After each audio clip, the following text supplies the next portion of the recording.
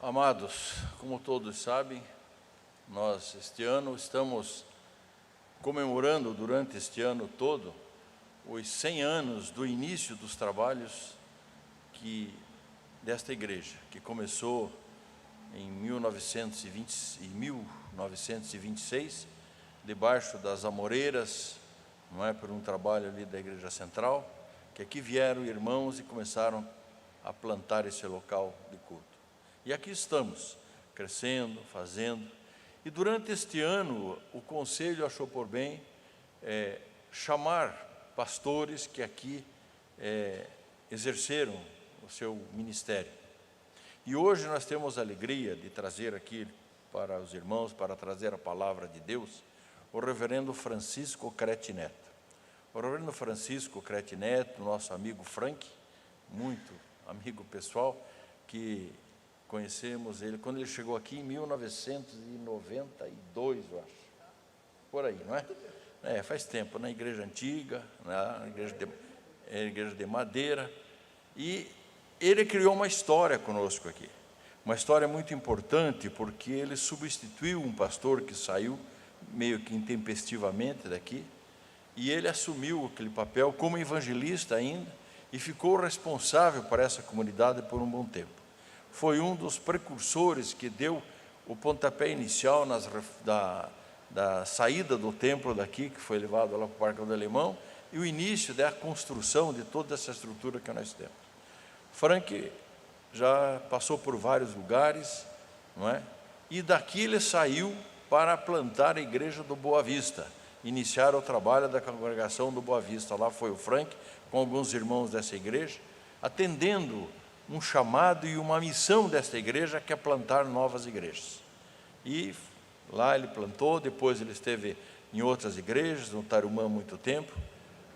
Curitiba e a igreja presbiteriana deve muito a esse irmão, porque ele foi um dos baluartes que sustentou por muitos anos, com o seu trabalho, a Faculdade Presbiteriana de Curitiba, a FATESUL, que hoje é o Seminário Presbiteriano do Sul. Então ele foi diretor lá há muitos anos. E o Frank tem uma história bonita de contribuição ao Evangelho. Mas, acima de tudo, o Frank é um servo de Deus. E é nessa condição de servo que ele veio servir a igreja hoje. Portanto, reverendo Frank, nossa homenagem, nosso carinho, você sabe muito bem. Eu quero deixar com você, nós estamos entregando para todos aqueles que vêm durante este ano, 2 volumes, um devocional do Antônio Carlos Barro, lá de Londrina, e de uma irmã muito querida aqui, que eu acho que você deve conhecer também, que estamos entregando. E estamos fazendo uma Bíblia comemorativa que não ficou pronta ainda, mas você vai receber no devido tempo, tá bom? Fique à vontade, o púlpito é teu, que Deus abençoe. Obrigado, meu querido, obrigado. Boa noite, amados irmãos. Uma alegria muito grande estar aqui com vocês. Eu acho que não tem ninguém do meu tempo aqui, né? Talvez levante a mão se tem alguém do meu tempo aqui, só para me saber. Não tem, né? Só é o Ciro, né? O Ciro lá, o Enéas. Isso, 3 pessoas só. Porque já faz muito tempo, quase 30 anos, né, que nós passamos por aqui. Esta igreja entrou na história da minha vida, porque eu fiz a faculdade teológica lá em São Paulo, mas não me ordenei ao ministério. Eu fui trabalhar em empresas na área de recursos humanos e, por várias razões, eu não me ordenei. E quando eu vim para cá, fui trazido pelo reverendo Alveí, que era o pastor da igreja, e era a igrejinha de madeira ainda, né? Uma igreja pequena, muito acolhedora, muito bonitinha. Essa rua aqui era só uma rua, assim, com 2 mãos, uma para ir, uma para voltar, e ainda bastante diferente do que se tornou. E nós louvamos a Deus, porque aqui eu batizei os meus filhos, eu fiz a faculdade teológica batista, e aí eu fiquei um tempo sem me decidir por que tipo de batismo a gente ia ficar. Mas aí o reverendo Alveí nos mostrou o batismo presbiteriano. Eu sou de origem presbiteriana, não sou de origem batista. Batizei meus filhos, fui eleito presbítero, trabalhei com o Dr. Rogério, na empresa dele, mas aí a igreja precisou mesmo meio rapidamente, de alguém que pudesse assumir, e mesmo como evangelista tivemos essa honra de servir a Deus, servir a igreja. Começamos o templo aqui, por mão do reverendo Alveir. Ele fez todo o trabalho junto à prefeitura, o prefeito Rafael Greca, e ele conseguiu então que a igrejinha de madeira fosse tombada. Hoje é a igrejinha que está lá no Parque Alemão, e nós então, aí ele foi embora, nós assumimos aqui e começamos a construção do templo, desse templo aqui. Então é uma bênção de Deus, né, ter sido também um pouquinho, pelo menos, usado pelo Senhor aqui nesta igreja, tantos anos atrás. No Tarumã nós ficamos por 21 anos pastoreando lá. Depois fomos ao Mackenzie, ficamos 4 anos e meio, e aí, pela graça de Deus, eu consegui me aposentar. Hoje eu sou aposentado, né? E aí,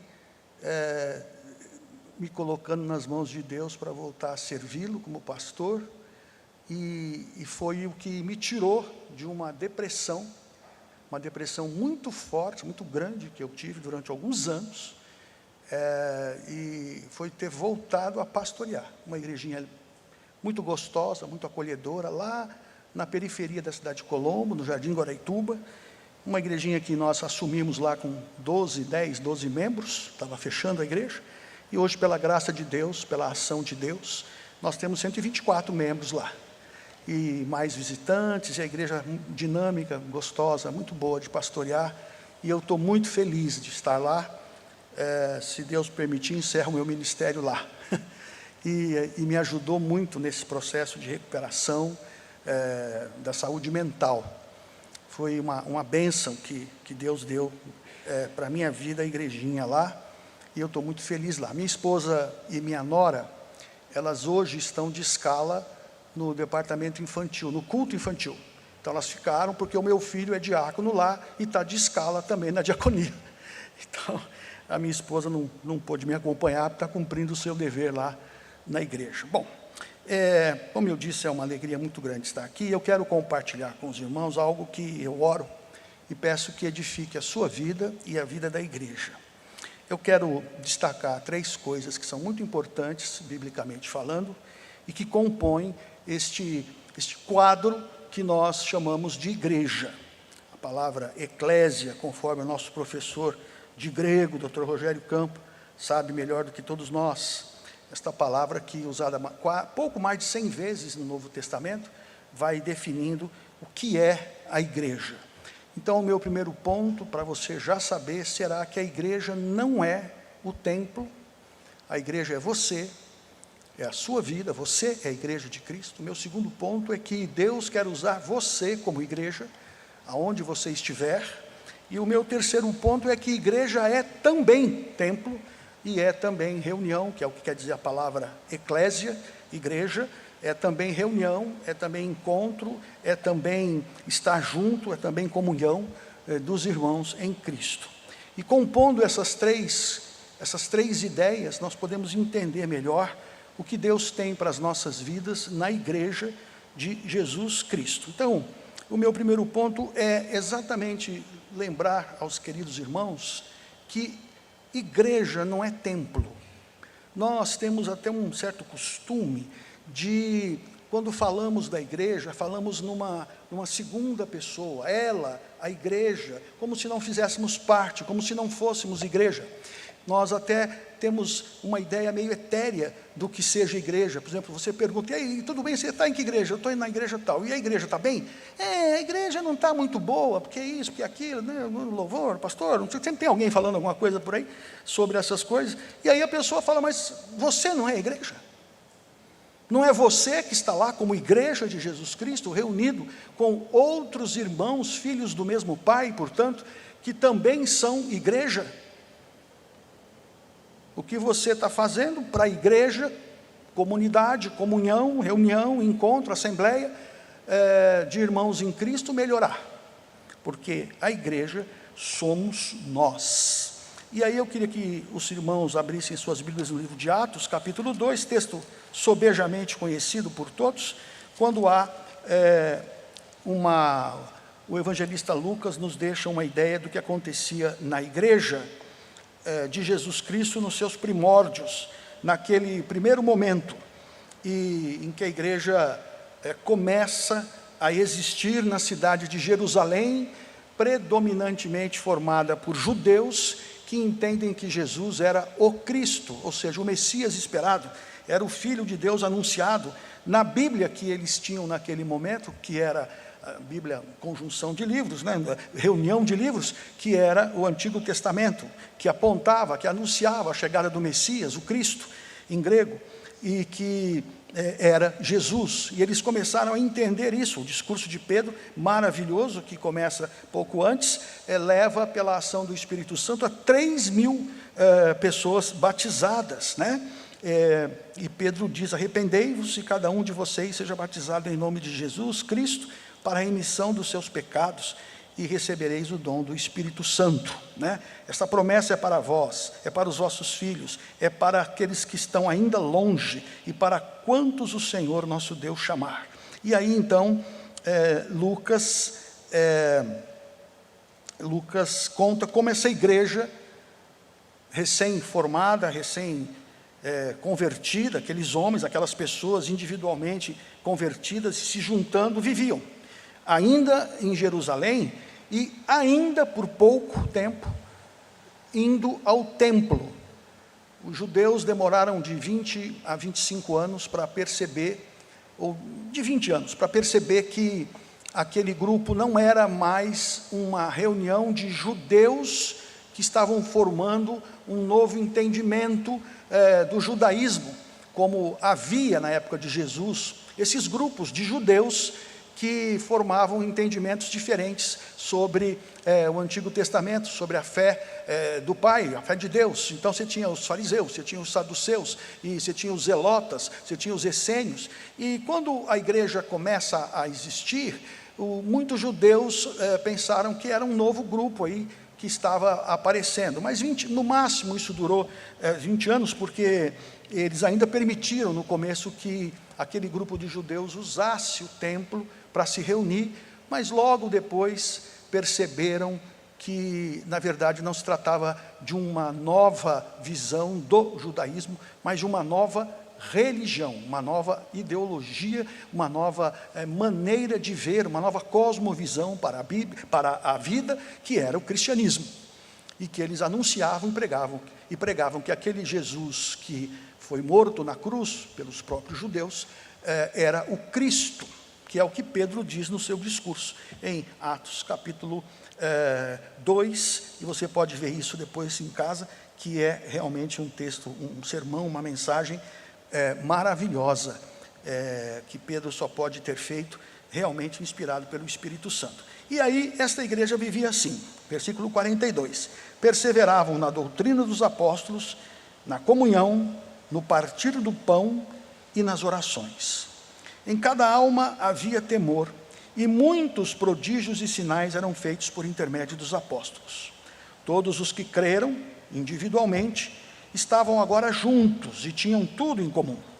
Vendiam as suas propriedades e bens, distribuindo o produto entre todos, à medida que alguém tinha necessidade. E diariamente perseveravam, unânimes no templo. Eles partiam o pão de casa em casa, tomavam as suas refeições com alegria e singeleza de coração, louvando a Deus e contando com a simpatia de todo o povo. E enquanto isto, acrescentava-lhes o Senhor dia a dia os que iam sendo salvos. Então, nesse texto, nós temos esta primeira ideia que eu quero destacar, que a igreja logo já não teria templo para se reunir, e durante mais de 300 anos, viveu como igreja sem templo, como igreja perseguida. Constantino vai se converter perto lá do ano 300, pouco mais do ano 300 depois de Cristo, e só no ano de 312 ele vai autorizar que cristãos possam se reunir sem serem perseguidos. Então são pouco mais de 300 anos que a igreja viveu sem templo.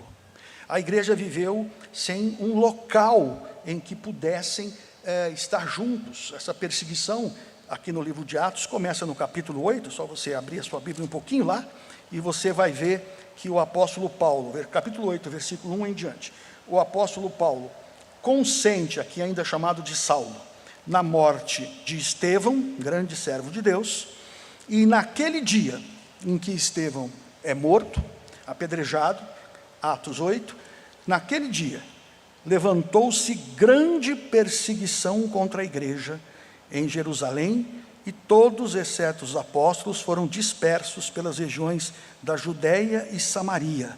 Saulo, porém, assolava a igreja, entrando pelas casas e arrastando homens e mulheres, encerrava-os no cárcere. Então, Paulo aqui já era um judeu zeloso, um judeu fariseu, um judeu preocupado com a fé judaica, e já tinha entendido claramente que o judaísmo não era um desvio da fé judaica, era muito mais do que isso. O Sinédrio autorizou, e ele já era um perseguidor de cristãos, e já era um tempo, então, em que a igreja não tinha mais templo para se reunir. Agora, a igreja, na verdade, ela está se reunindo em casas, em grupos pequenos, aonde possível for, escondida, mas a grande visão deles, portanto, já não estava focada na própria comunidade em si, mas na vivência individual da sua fé, em que cada um, quando possível, quando reunido, quando conseguissem estar juntos, cada um fortalecia a fé do outro, cada um tinha a ideia de que era igreja. Eles talvez nem tivessem a perspectiva de que 300 anos depois, 3 séculos, eles poderiam ter templo, eles poderiam deixar de ser perseguidos, porque havia uma ideia corrente de que Jesus não voltaria tão demoradamente, Jesus voltaria logo. E então eles tinham uma ideia muito forte, arraigada dentro de suas vidas, de seus corações, de que a igreja era cada um deles individualmente, servindo, adorando, buscando na sua fé ao Senhor. Então, é preciso sempre lembrar disso em primeiro lugar. A igreja somos nós individualmente. Você é a igreja de Jesus Cristo. É isso que o apóstolo Paulo diz lá no capítulo 8, abra sua Bíblia ali no capítulo 8 de Romanos, queridos, para você poder ver o apóstolo Paulo dizendo isso de forma muito clara, já no versículo 1. Agora, nenhuma condenação há para aqueles que estão em Cristo Jesus, porque a lei do Espírito da vida, em Cristo Jesus, livrou a cada um daqueles que creem, da lei do pecado e da lei da morte.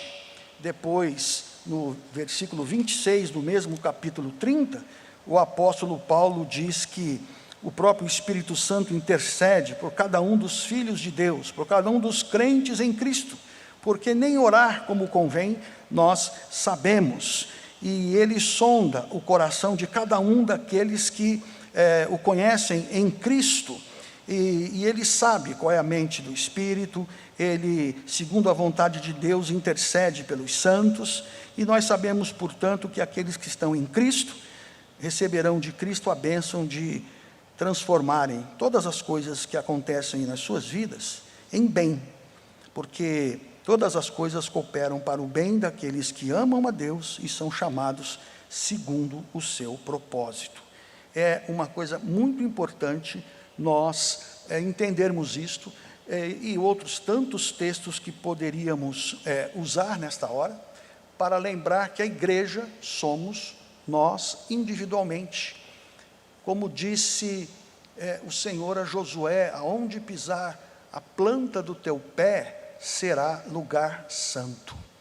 É bem interessante, porque aonde nós estivermos, somos e devemos ser, se não somos, porque muitas vezes infelizmente deixamos de ser, devemos ser sal e luz, né? Nós não vamos transferir para a igreja templo, uma responsabilidade que diante de Deus é nossa, individualmente, é nossa, e nós prestaremos, cada um de nós, contas de nós mesmos, cada um prestará contas de si mesmo, diante de Deus, diz Paulo. Então, a pergunta que se faz aqui no primeiro ponto é direta, é simples, mas é objetiva. Como é que está você como igreja de Jesus Cristo? Como é que está a sua vida? Como é que está a sua comunhão com Deus? Como é que está a sua comunhão com Cristo? Como é que está a sua vida de oração? Eu comentei de passagem que passei por um período difícil de depressão. Na verdade, foram anos de depressão. E pela graça de Deus, depois de muito orar, depois de muito buscar a Deus e pedir que Deus não só me livrasse daquilo, mas se fosse por um remédio, por um medicamento, que Deus usasse médicos para acertar a medicação, que não acertavam de jeito nenhum, porque no meio da depressão tinha uma diabetes terrível. E aí, queridos, eu fui ao convênio e fui me atender com um médico que é homossexual, daqueles tipos de homossexuais bem efeminados, afetados. E logo assim, quando eu entrei no consultório, eu estava junto com a minha esposa, eu levei um susto, porque os médicos geralmente costumam manter uma certa fleuma, e ele logo demonstrou aí a sua maneira de viver. E aí eu pensei comigo, ai meu Deus, isso aqui não vai dar certo, esse cara não vai acertar nada comigo. E ele olhou e falou, conta para mim, bem assim mesmo, conta para mim, queridinho, o que está acontecendo? E eu contei, né? Falei, olha, eu tenho uma depressão já há muito tempo, e eu estou lutando todo dia, e luto, mas é uma luta difícil, porque é difícil levantar, é difícil continuar o dia, é difícil enfrentar as dificuldades, e é difícil fazer as coisas que têm que ser feitas. E ele falou assim, eu tenho um remedinho para você. Você é o quê? Eu falei, eu sou pastor da Igreja Presbiteriana do Brasil, servo de Deus, crente em Cristo. Ele falou, ótimo, eu sou da Umbanda. Médico não fala essas coisas, doutor Rogério, né? Não deve falar, né? Eu sou da Umbanda. Então, aí eu pensei comigo, ai meu Deus, agora piorou tudo. A Débora queria rir vendo a minha cara, né? A Débora olhava para mim e dizia que queria rir, depois ela me contou isso, que estava se segurando para não rir. E aí ele falou assim, mas eu tenho o remedinho para você. Se você é um homem de fé, esse médico, se você é um homem de fé e crê no seu Deus, você creia que esse remedinho vai ser uma bênção na sua vida. Eu fiquei sério nesta hora. Eu sei que Deus fala conosco até através de mula, como a Bíblia nos conta. E então eu fiquei sério. Olhei para ele e falei, eu creio. Ele falou, está aqui o remedinho, pode tomar. Chama duolexetina, doutor. Parece uma coisa bem simples, né? Bem simples, bem tranquilo. Nunca ninguém tinha me receitado isso aí. Talvez por isso, isso aí não vai dar conta. Eu melhorei em uma semana, 10 dias, eu saí de 0 para 70. E hoje já estou 100. Né? E eu louvei a Deus pela vida daquele médico. E aí eu não tinha outra coisa a fazer, a não ser, no retorno, pregar o Evangelho para ele. Né? E eu disse isso para ele, você foi usado por Deus para tirar um servo de Deus de um estado psíquico, mental. Eu sou psicólogo, e não adianta nessa hora, a psicologia não dá conta, é uma questão psiquiátrica mesmo, para tirar um servo de Deus da onde estava, do abismo onde estava enfiado, e permitir que ele voltasse a pregar o Evangelho e a vivenciar a bênção da igreja. E comecei a pregar o Evangelho para ele, e ele está em pleno processo de conversão, pela graça de Deus. Então a pergunta a se fazer aqui, queridos, é como está a sua vida com Deus. Eu contei essa história para dizer que às vezes nós passamos por dificuldades e por problemas. Às vezes nós passamos por tempos de aflição, provação e lutas terríveis. Eu estou atendendo uma família que perdeu o filho, o único filho, de 4 anos de idade, agora, há pouco tempo. E sabe qual? Até esse momento o diagnóstico é um vírus, porque nem os médicos sabem dizer exatamente do que essa criança faleceu. Um momento muito difícil para esse casal, e um momento muito complicado para a vida conjugal e pessoal e espiritual desse casal. E aí, esses anos de luta me permitem hoje ter um pouco mais de experiência para ajudar a consolar e ajudar a dizer para eles que há luz no fim do túnel, que o choro pode durar um tempo, como diz Provérbios, uma noite, mas a alegria vem pela manhã, né? Então, é preciso que nós nos conscientizemos que, apesar das dificuldades, dos problemas, das aflições, das provações, das lutas, Deus está conosco, porque você é a igreja de Jesus Cristo aqui na terra. Eu sou a igreja de Jesus Cristo aqui na terra. A nossa fé não é, portanto, templocêntrica, a nossa fé não é, portanto, pastorcêntrica, a nossa fé é teocêntrica, cristocêntrica e espiritocêntrica. A nossa fé não se baseia em templo, em local, a nossa fé não se baseia nessas coisas. A nossa fé se baseia no fato de buscarmos dia a dia uma cristoconformidade, uma conformidade com o Senhor Jesus. É não tomarmos a forma do mundo, como diz Paulo em Romanos, capítulo 12, versículos 1 e 2, mas haver, pela ação do Espírito e de nossa entrega ao senhorio de Cristo e submissão à vontade de Deus, uma transformação, uma metamorfose, que é o que Paulo diz lá. Nós devemos nos transformar pela renovação da nossa mente, e essa renovação é feita pelo Espírito, que encontra a disposição daqueles que buscam a Deus. Porque, então, nós buscamos, mesmo nessas horas, lembrar que a igreja somos nós individualmente. A igreja sou eu sou a igreja de Jesus Cristo. Então, buscar, sempre lembrar disso. Eu sou aquele que Cristo disse, e que Paulo fala, portanto, pela boca do próprio Senhor Jesus, que Deus nunca abandonará. Amém?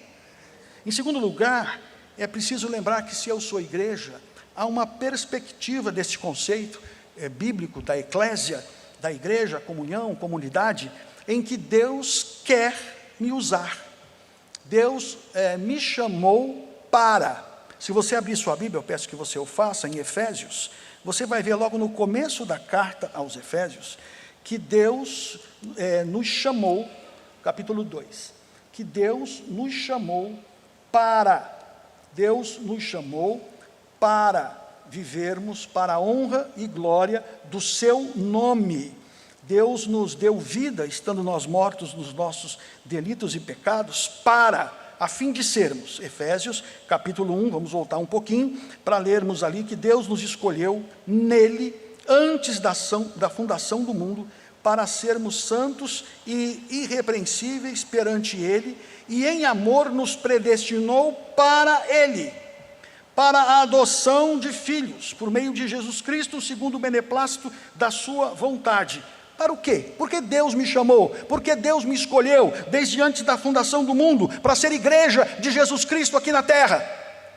Versículo 6 diz, para o louvor da sua glória, para o louvor da glória da sua graça, que Ele nos deu, nos concedeu gratuitamente em Cristo, no amado com letra maiúscula. Ele nos remiu em Cristo dos nossos pecados, segundo a riqueza da sua graça. Ele nos dá e nos desvenda esse mistério maravilhoso da sua vontade, para fazer convergir nele, na dispensação da plenitude dos tempos, todas as coisas, quanto no céu, quanto na terra, e isto para, versículo 12, para sermos para o louvor da sua glória.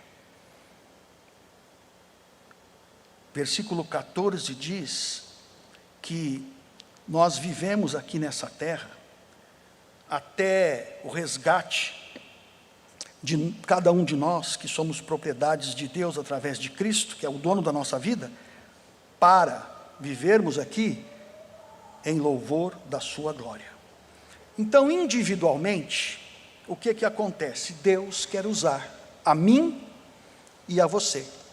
Nesses anos de depressão, e de diabetes, e de outras doenças e comorbidades mais, que não interessa falar, uma coisa interessante é que eu passei a ter uma empatia e uma humildade que eu não tinha para atender, conversar, estar com pessoas que sofriam.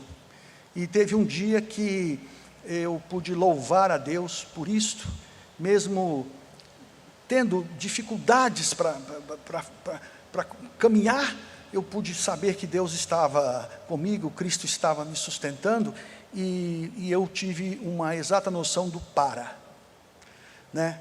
Do para. Eu estava sendo usado por Deus para o louvor da sua glória, e havia uma empatia muito maior da minha parte agora, para com aqueles que estavam sofrendo também, porque eu sofria junto com eles. Me lembrei de Romanos capítulo 12, quando o apóstolo Paulo diz: chorai com os que choram, se alegrai com os que se alegram. Eu podia chorar com os que estavam chorando também, junto com eles.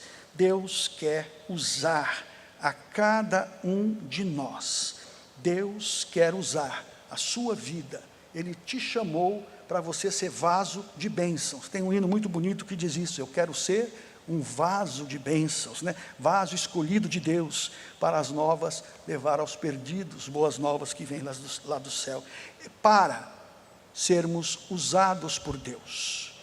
Se somos igreja de Jesus Cristo aqui na terra, individualmente, Deus nos chama para que sejamos usados por Ele, para abençoarmos, para sermos sal e luz aonde estivermos, para abençoarmos as pessoas à nossa volta. E veja lá o que Jesus Cristo fala em Mateus capítulo 25, por favor.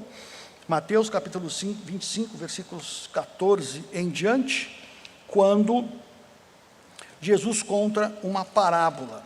E aqui ele está falando, ele usa nessa parábola um dinheiro. Ele está contando que há aqui o uso, parábola dos talentos, a partir do versículo 14. Talento aqui não é talento humano. Talento aqui é um homem que chama os seus funcionários, né? E porque ele vai sair do país, chama os seus servos e lhe confia a administração dos seus bens. E a um ele dá 5 talentos. 5 talentos era uma grande quantidade de dinheiro, pois um talento valia 6.000 denários. 6.000 denários era mais ou menos 15 anos de trabalho de um trabalhador comum naquela época. Então é muito dinheiro.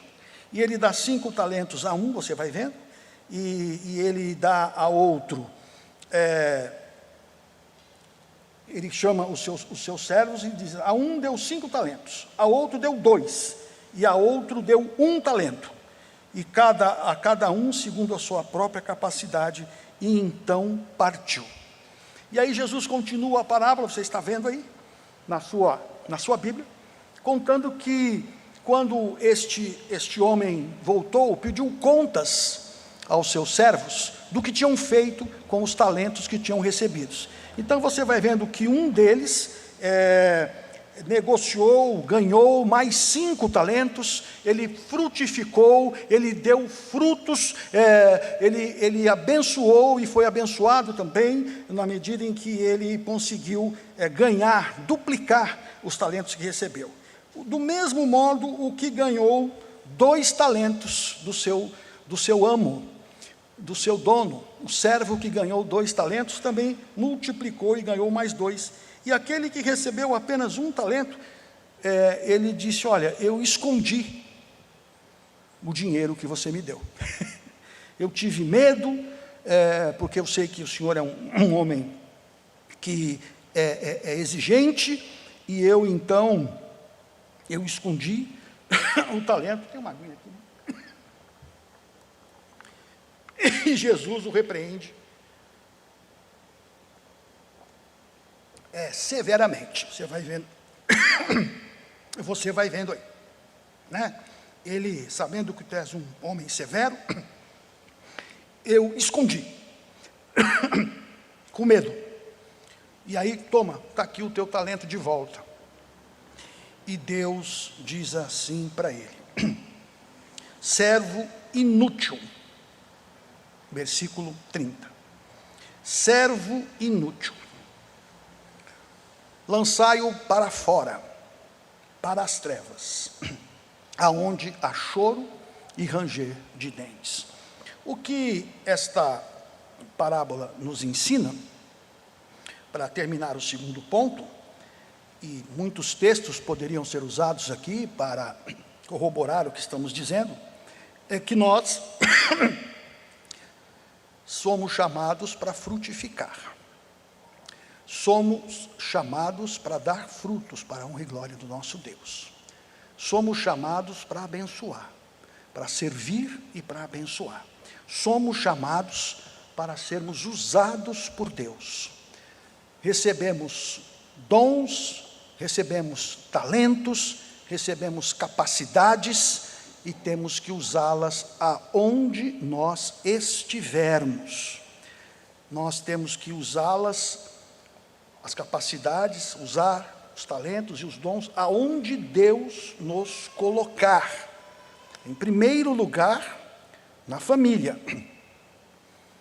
Em segundo lugar, ou primeiramente no lar, em casa.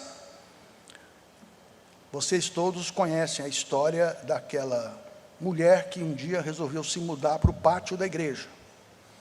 E aí, os presbíteros chegaram para ela: o que está acontecendo, minha irmã? Você está trazendo móveis e cama e tudo aqui para dentro da igreja, e aqui para o pátio da igreja?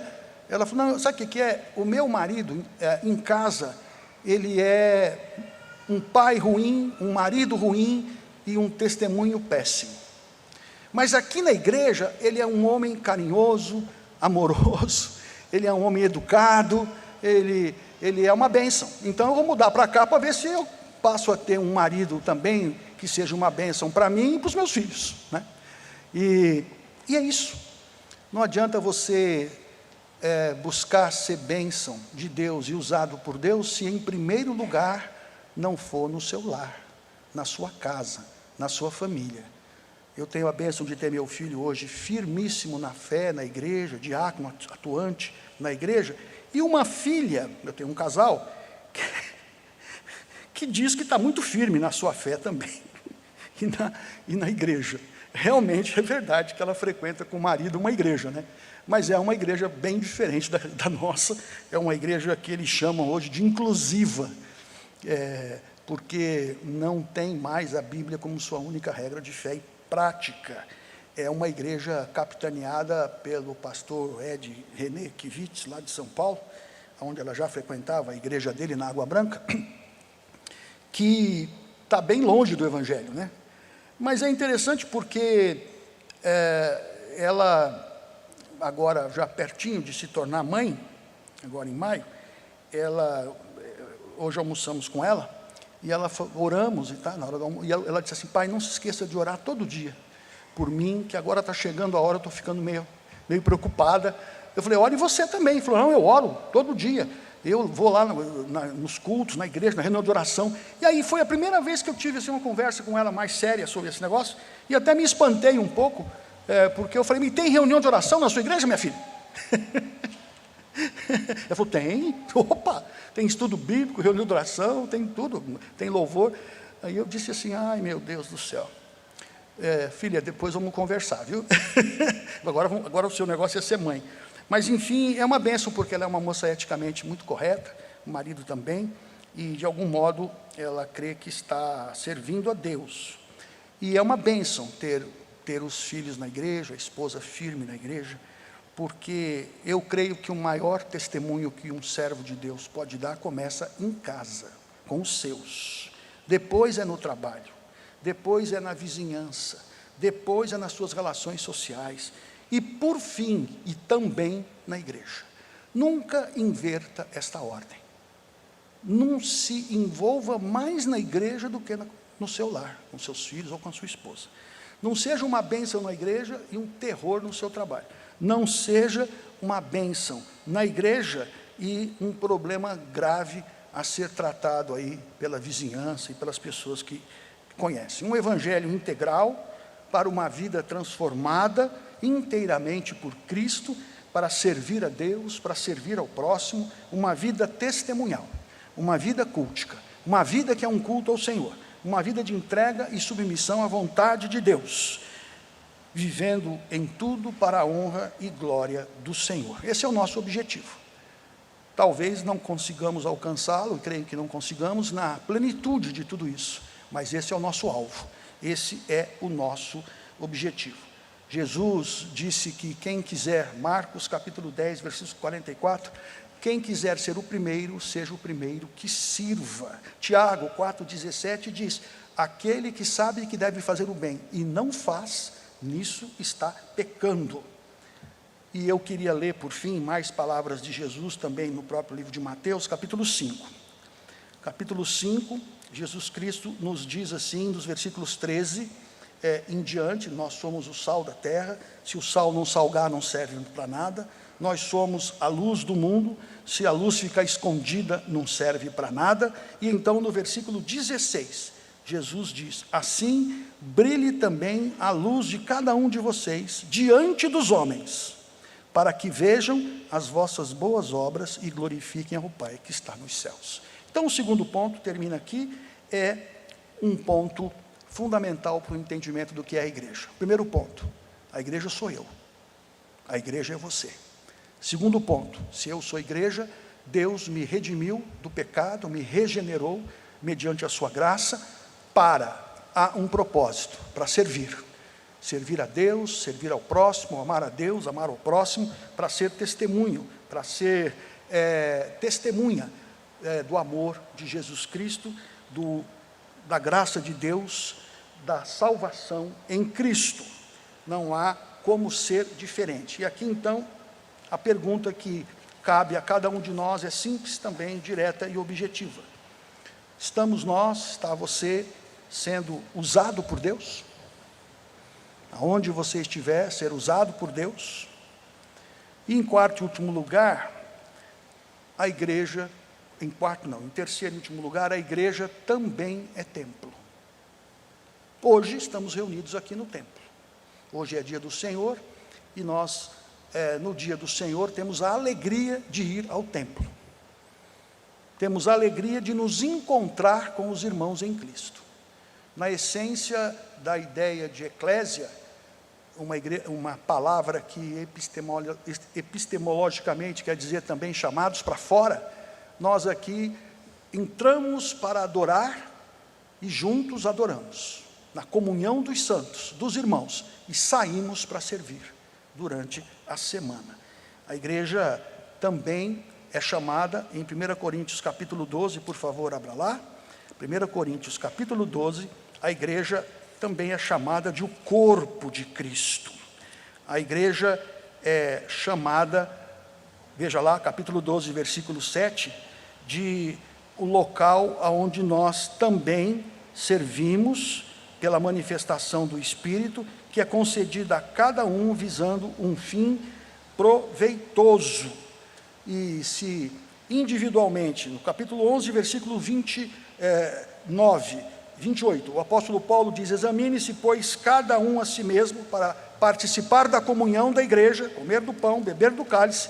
Ele também nos lembra claramente que a igreja é o corpo de Cristo aqui na terra, é a igreja visível do Senhor Jesus. Ele começa a desenvolver essa forma de pensar, de chamar a igreja, a partir do versículo 25, e ele diz no versículo 27, nós, eu e você, somos o corpo de Cristo, e individualmente membros desse corpo. Então aqui ele está falando de comunhão, ele está falando de estar junto, ele está falando daquilo que a Bíblia fala da igreja enquanto comunidade, da igreja enquanto pessoas que, redimidas por Cristo, se encontram para louvar, para adorar, para servir, para serem ensinadas ou para ensinar, para testemunhar, para ser agente de mudança da sociedade, para evangelizar, para acolher pessoas que necessitam. A igreja que é chamada na Bíblia de vários nomes. não precisamos de abrir os textos, mas em 1 Timóteo, capítulo 3, versículo 15, a igreja é chamada de a casa de Deus. E aqui então está falando do templo, do grupo de irmãos que se reúnem, que estão juntos. É chamada em Apocalipse 21, versículo 2, de a noiva de Cristo. Em Efésios 2,19, de a família de Deus. Em 1 Pedro 2, 5 a 8, de edifício de Deus, de pedras vivas do Senhor, de povo de Deus, raça eleita, sacerdócio real.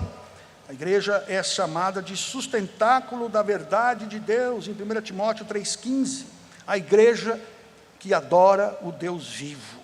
Esta igreja se reúne no templo e fora do templo nas atividades que a igreja exerce através dos ministérios da igreja, para ser chamada para fora, para ser uma comunidade que, quando traz para dentro, traz para uma nova vida em Cristo, e para ser também uma comunidade terapêutica, uma comunidade que formada individualmente pelos servos de Deus, por aqueles que foram lavados pelo sangue do Cordeiro.